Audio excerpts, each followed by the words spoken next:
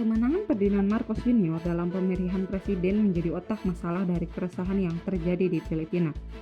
Mereka khawatir jika Filipina akan kembali kepada masa pemerintahan ayahnya yang diktator, yaitu Ferdinand Marcos.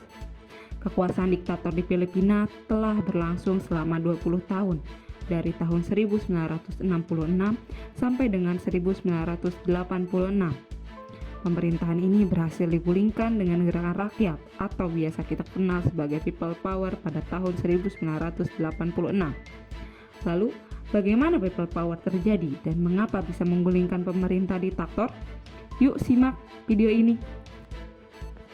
Gerakan Rakyat Filipina atau People Power Revolution atau juga ISDA Revolution merupakan gerakan demonstrasi oleh rakyat Filipina dari berbagai golongan terhadap pemerintahan Presiden Ferdinand Marcos yang terjadi pada 22 hingga 25 Februari 1986.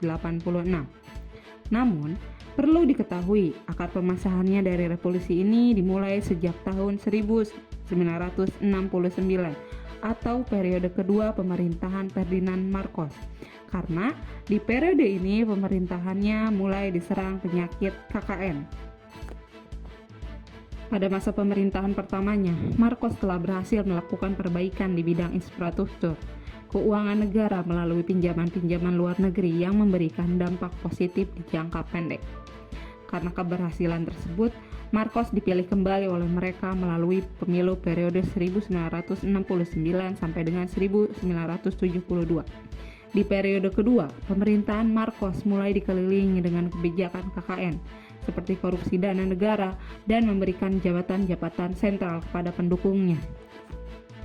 Kediktatoran Presiden Marcos mulai terlihat pasca terjadinya inflasi ekonomi pada akhir tahun 1972 yang berdampak pada munculnya demonstrasi oleh mahasiswa di berbagai tempat. Kemunculan demonstrasi ini diduga menjadi tempat menyebarnya ajaran komunisme.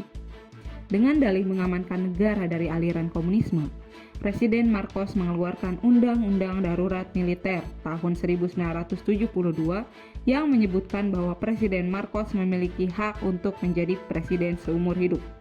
Selain itu, ia juga memanfaatkan undang-undang darurat tersebut untuk menangkap lawan-lawan politiknya dan memainkan surat kabar sebagai propaganda pemerintah. Sekitar 50.000 orang ditangkap, disiksa, dan bahkan dibunuh tanpa tuntutan yang jelas. Undang-undang darurat militer ini berakhir pada tahun 1981. Pada 1983, Senator Benigno Aquino Jr. yang merupakan oposisi Marcos dibunuh setelah kembali dari pengasingan selama 3 tahun di Amerika Serikat. Peristiwa itu memicu amarah rakyat Filipina yang telah kehilangan kepercayaan terhadap rejim Marcos. Istri Benigno Corazon Aquino yang kemudian menjadi figur populer menentang rejim Marcos. Pada tahun 1985, Marcos secara mendadak mengumumkan percepatan pemilu presiden. Pemilu kemudian diadakan pada 7 Februari 1986. Konferensi Uskup Katolik Filipina menyatakan telah terjadi kecurangan dalam pemilu tersebut yang dimenangkan oleh Marcos. Kemudian, demonstrasi massal pun pecah pada 22 Februari 1986.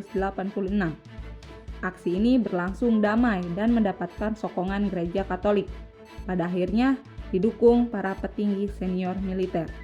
Setelah diprotes secara besar-besaran selama 4 hari, akhirnya keluarga Marcos kabur ke Hawaii. Marcos sendiri meninggal dalam pengasingan di Hawaii 3 tahun berselang, yakni pada 1989. Sejak saat itu, gerakan People Power di Filipina telah menginspirasi banyak demonstrasi di dunia.